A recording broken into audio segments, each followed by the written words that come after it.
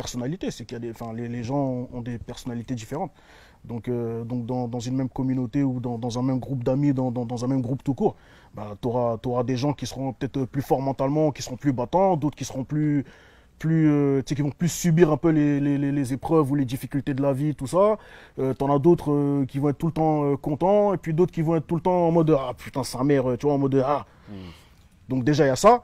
Et de deux, il y a aussi que là, pour le coup, bon, là, t'as vu la communauté noire, on a une histoire un peu particulière, tu vois, qui fait que ça a entraîné pas mal de problèmes.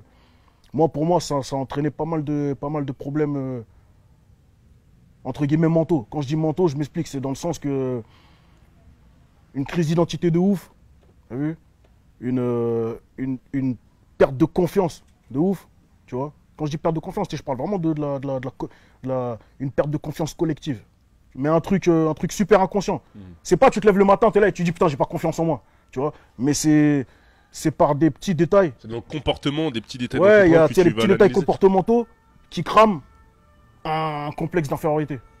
Tu vois ce que, par exemple, j'en parle dans African History. Le fait de mettre des t-shirts noirs et fiers. Tu vois ce que je veux dire, c'est que pour moi, après moi c'est ma façon de penser, t'as vu. Pour moi ça, pour moi c'est comme si tu affiches un complexe en fait, t'as vu. Donc bien sûr que c'est pas un complexe conscient, puisque la preuve, t'as un t-shirt où il y a écrit noir et fier. Donc pour toi quand tu le portes, tu dis ouais non, je suis fier, bah, donc je l'affiche et je suis noir et fier, tu vois. Mais pour moi ça trahit un complexe en fait, c'est que comme tu te sens un peu en dessous des autres, eh ben t'as besoin d'en faire un peu plus. Pour montrer que non, je suis pas en dessous, non, je suis fier, qu'est-ce qu'il y a, tu vois, en mode je suis noir, qu'est-ce qu'il y a, mais comme si être noir c'était un handicap déjà de base, t'as vu, même si dans les sociétés occidentales dans lesquelles on vit, t'as vu, on subit beaucoup de racisme et tout, hein, et qui font que dans ce contexte, ça peut être entre guillemets un handicap, mais t'as vu, mais il faut pas que ça agisse sur notre réelle estime de nous qu'on a, tu vois ce que je veux dire ou pas, voilà, et donc voilà, pour moi, tu bombes le torse, t'as pas besoin d'avoir un t-shirt où c'est écrit noir et fier. Moi, demain, je vois un mec dans la rue avec un t-shirt blanc et fier, je vais super mal le prendre. Je vais me dire, wesh, il est fou, quoi, le cousin, il veut quoi?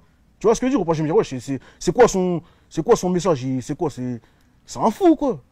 Tu sais, t'as pas besoin de préciser ça, frère. On s'en bat les couilles. Quoi, toi, c'est plus dans les actes que tu dois être fier de ta communauté et revendiquer tes origines, c'est ça? Dans les actes, dans ta manière d'être. Tu sais, frère, un mec fier, eh ben, ça transpire.